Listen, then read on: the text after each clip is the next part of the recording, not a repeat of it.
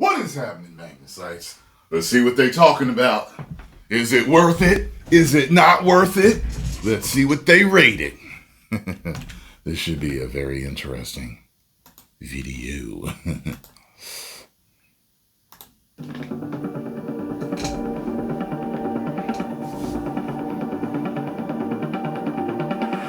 The PlayStation 5 Pro seems like it should be more exciting than it actually is. It's without question the most powerful console you can buy right now, and the enhanced games I've been able to play ahead of launch do look great and run much more smoothly than the standard PS5 can handle. That's one thing I keep forgetting. It's like the most powerful console ever now. But I'm not like excited to have it. You know, after I just sat and mulled over it. After the initial kind of excitement and just like, I got the money. I'll get it just to, But I was just like, I really feel cheated. I feel robbed that there's no stand. It sounds like, and $30 is too much for that stand. Like, what? There's no stand. There's no disk drive. You know what I'm saying? And a lot of people are saying they should have put the Pro controller in there. If they had put the Pro controller in there, plus the stand and disk drive, people would be like, all right, you got it, buddy. I think people would have bought it more if it had the disk drive and the stand. That controller was in there. Woo! Top it off with a PS5 enhanced game coming in the bundle. Oh, you got it. Whatever. We'll see. Handle thanks to some upgraded hardware and impressive upscaling tech. But it's also completely unsurprising that the faster PS5 is, well, faster, and it's also more expensive. Considering that the original PS5 can still provide enough power to run games competently in 2024, spending $700 means you have to really want the best of the best from your games to make the Pro a worthy investment. Yeah, some people are saying depending on the size of your TV, you ain't gonna see no damn difference anyway, so.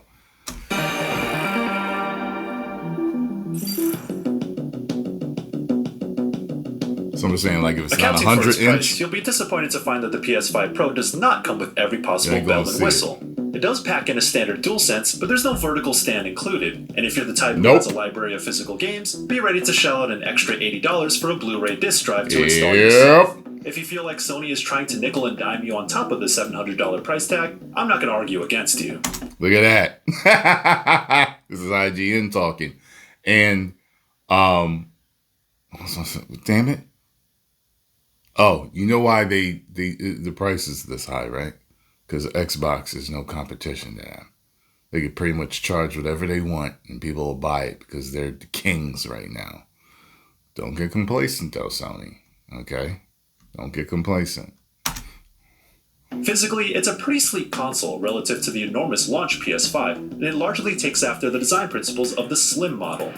The only major difference is that it's taller when standing vertical, which is accounted for by the fins in the middle that create a cross-section on the console. Oh, okay. It helps make room for the more robust internal components, but doesn't add much bulk to the existing design. It's also not noticeably louder than the original PS5, so you don't need to worry about it sounding like a jet engine when your games get intense.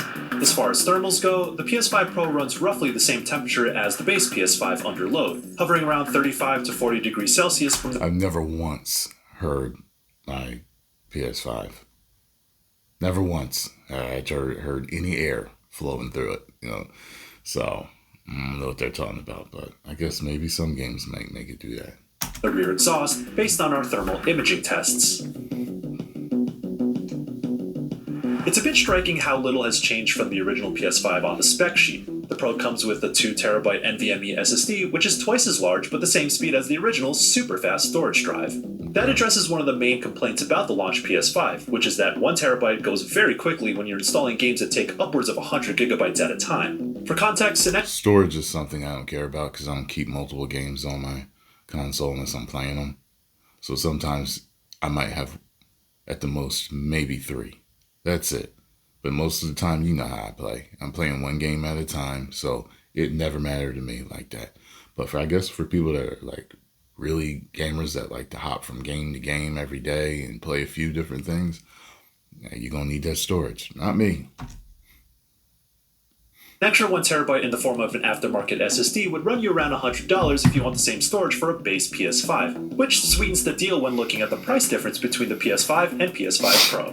The big upgrade though is in the GPU, rated at 16.7 teraflops, which is a sizable jump on paper from the 10.3 teraflops of the original PS5. Sony says the Pro packs 67% more compute units and onboard memory that's 28% faster, resulting in up to 45% better performance. Without context, those numbers don't really mean much, but the details in my testing prove that they amount to a lot more than empty marketing promises. The important feature that these upgraded specs support specifically is PlayStation Spectral Super Resolution, or PSSR. Much like NVIDIA's DLSS, this is Sony and AMD's AI-driven upscaling technology that uses machine learning to construct images that can appear with a quality close to full 4K resolution without having to stress the system's hardware to generate that detail through raw processing power. Granted, it won't be exactly the same as native 4K since it's scaling from a lower base resolution, but it doesn't have to since you're not going to be putting it side by side with the real thing, and the vast majority of people aren't going to be able to tell the difference in most cases, especially while they're enjoying the higher frame rates and visual effects this technique allows. It's nice to see Sony is moving away from chasing raw computing power as the end-all be-all of console tech, and as upscaling continues to advance, so too will its implementation in games.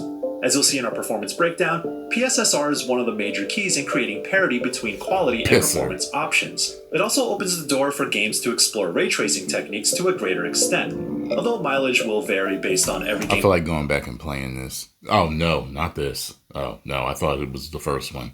Hell no, I ain't playing this one. But the first one, I think there was like a DLC that I never finished. I didn't even know about it. I was into another game. And I finally saw a comment that was like, yo, there was a DLC. I was like, oh. So maybe I'll go back. Playing this made me want to go back to the other one. PS5 Pro horrible updates. Trash ass game. To prioritize different aspects of their respective games. So the PS5 Pro is a bit more complex than simply having one uncompromised Pro enhanced mode. Gaming performance. The PS5 Pro's tech gives developers room to be experimental and push walking in with boundaries, swag, especially with ray tracing, because it packs enough power to hit higher frame rates without sacrificing as much graphical fidelity. There's still some level of compromise to be made though, so if you were hoping that the Pro would take out all the FOMO stress out of selecting between 60 FPS performance or 30 FPS fidelity modes, well, in some games now there are even more modes to choose from. Alternatively, if you love having that control over how your games run, that's great news. In my experience though, the visual gap between these modes is much smaller than it is on a base PS5, often making the Pro's performance-centric modes the clear choice. Let's start with a marquee PlayStation first-party game, Marvel's Spider-Man 2. On PS5 Pro, you get to choose between Fidelity Pro and Performance Pro modes. The latter offers visual quality that's identical to the base PS5's Fidelity mode, with all the original ray tracing features intact while maintaining a smooth 60 FPS. Effectively, the best of both worlds when compared to the PS5's modes. However, with the Fidelity Pro option, Insomniac cranked the knobs even further, putting features like ray-traced ambient occlusion, keylight shadows, and further improved reflections on the table. But all those upgrades come at the cost again of being chained down to 30 FPS. You can tweak some of these settings to squeeze out a few extra frames, but I wasn't able to reach anything near 60 FPS even when turning everything down a notch. Horizon Forbidden West showcases another interesting implementation of PS5 Pro enhancements. It has 3 options: favor graphics, balance, and favor performance. Again, the performance... It's such an unnoticeable difference. Like you see it side by side, but it's like it doesn't really matter. Like it's so insignificant, man. Performance-based mode is the way to go since it hits a stable 60 FPS while in some respects looking even better than the base PS5's graphics priority mode. You get finer detail and foliage, better lighting, and a better resolution rendering technique. Especially for a game like Horizon, those extra frames make the gameplay experience so much better, and you can still enjoy the lush vistas with that added clarity. The PS5 Pro's graphics priority option, on the other hand, caps Horizon Forbidden West at 30 FPS, but pushes the boundaries with a higher base resolution. Yet, I don't find the trade-off worth it since it's tough to distinguish with the fantastic Pro Performance mode. The curious part is the balanced option, which goes for 40 FPS. It strikes a middle ground with visual quality, but honestly, it's not worth the 30% cut in frame rate for marginal visual gains. The Last of Us Part 2 Remastered takes a different angle as well. It oddly retains the same exact 2 options available from the base PS5, graphics or performance priority, But there's a new Pro option that uses PSSR to take 1440p resolution to output 4K while retaining other visual qualities of the PS5's graphics mode and still hitting a consistent 60 FPS. It was already a visually impressive remaster on PS5, but the boost in performance while having all of its graphical details synced is nice.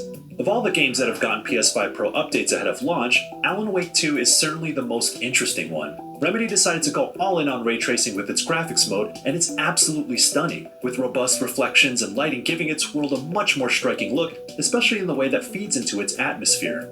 The Pro enhancements stretch the limits of what PSSR is capable of, however. In graphics mode, it uses a base resolution of 1224p and runs at 30 FPS to make room for all those sweet ray tracing techniques. Is it worth it to you? You won't get those big ray traced features in performance mode, but it will target 60 FPS with an image quality akin to the graphics mode on the base PS5. It has to use a fairly low base resolution of 864p to get there though. It's still a great looking game in this mode, although it's definitely a blurrier image. Regardless, I find Alan Wake 2 shows a noticeable improvement over what you get from the base PS5, even if there are still compromises to be made.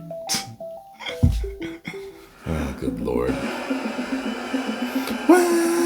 Now, when there's a new powerful console, there's always a racing game to flex the hardware. Taking speedy race cars down the track in F124 provides a pretty clear example of what ray tracing can do. When looking at the Pro Enhanced Quality mode and the base PS5's Quality mode, it's easy to pick up on the improvements in reflections and lighting, especially on rain-soaked tracks, and the Pro is able to do this by using PSSR to still target 60 FPS. Dragon's Dogma 2 is an example of where the PS5 Pro can bring a game out of the depths of weak technical performance to a much more playable state. By using PSSR, the Pro is able to put out noticeably higher and more consistent frame rates than the base console can, whether you choose to prioritize performance or graphics, which enables ray tracing too. It's like I can see it, noticeable drops in busy areas. It's a powerful concept, that's not magic. It does On the not other hand, matter. something like Final Fantasy XVI is an example of how a game without Pro enhancements, or at least an uncapped frame rate option to just let the extra power work, isn't going to benefit in a tangible way without an update, since it's bound by the limitations that were built for its graphics modes. It's still capped at 30 FPS when prioritizing graphics, while the performance mode still targets 60 FPS with lesser visual quality. Now, that's a lot of technical information, but despite all those enhancements, the question still stands. Is it actually worth buying a PS5? No! Frustratingly, the answer is always going to be, it depends on you. As someone who used to be a sucker for upgrading to new generations of high-end graphics cards to push my PC to its limits, the PS5 Pro scratches that old itch because I do notice and appreciate the differences it provides. The visual quality that the Pro Enhanced performance modes have thus far look... See, I'm the type of guy, like, I always want the best of the best of the best. But if this was released, I don't know. I don't know if I would have bought it anyway, but here's my thing. I'm kind of like with my TVs, like I got a new TV, got a G4, LG G4. I want the best of the best of the best. If I got a little bit overkill, that's okay. But I have features that I could use or may use in the future, whether I need them or not. I got everything I need. I like that. I like having all the bells and whistles, But in certain instances, it just really don't matter. It depends on who you are. You'll never see me out there buying a pair of $500 sneakers. Sorry. Don't need the most popular. Don't need, quote unquote, the best. You won't see me buy the fastest car. You know what I mean? Like, I want a fast car. I don't need the fastest. You know what I'm saying? So I guess it just depends. Fantastic, and it's all the more enticing because hitting 60 FPS gives a smooth gameplay experience that's tough to come back from. I've also found performance modes on the base PS5 to be lackluster in some cases, and since the Pro has shown the potential in addressing that shortcoming, I find that the new console can be a worthy investment. There are a few games out there now that make the Pro a more enticing prospect. Final Fantasy VII Rebirth's performance mode on base PS5 feels too compromising to me, with in-engine cutscenes and close-ups on characters during pivotal moments looking muddled at 60 FPS. Thus, I bit the bullet and managed with 30 FPS gameplay so that I could get the visual experience that uplifted its storytelling qualities. It worked well enough for that sort of game, but I'd much rather have been playing at 60 FPS. With the Pro Enhancement patch, Rebirth has a new Versatility mode that merges both the high-quality graphics setting with 60 FPS performance into a singular mode, so there's no choice paralysis. And it delivers the exact type of experience I wanted. That said, I know and can fully understand people who don't care quite as much about having state-of-the-art systems to play their favorite games, so long as they meet a reasonable balance between performance and fidelity, which the original PS5 only rarely has a problem pulling off with existing games. And for a lot of people, playing at 30 FPS isn't necessarily a deal breaker, and if you're happy with that level of performance, you might as well be happier with a few $100s still in your bank account. And the Pro is a hard sell for anybody who expects a whole new experience when they unbox a brand new console. Yeah. The PS5 Pro doesn't fundamentally transform how games are played, it just makes them look prettier and run smoother. And if you're happy with how your games look and play on a base PS5, then it's absolutely not worth paying a premium to upgrade. Yep. Got that?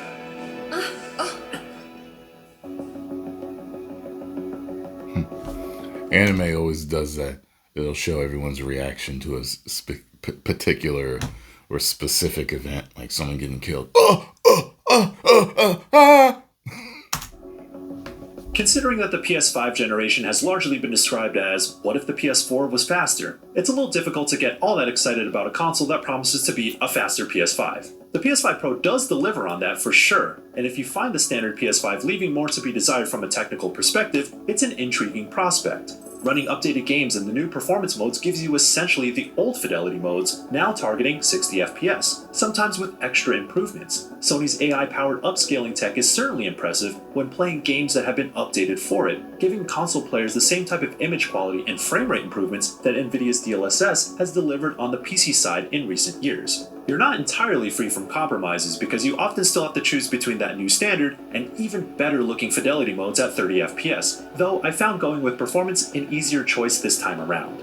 At $700, it's not cheap, so you have to really desire that visual upgrade knowing that it doesn't transform the gameplay experience at a fundamental level. And to be fair, Sony never said it would. So, as it stands, the PS5 Pro isn't essential, but it is certainly nice to have. For more on the PS5 Pro, be sure to check out our unboxing video, and look forward to our detailed performance breakdowns. I think I'll give that score, I think I would say that score is respectable. Yeah. All right. Let me know what you think, though.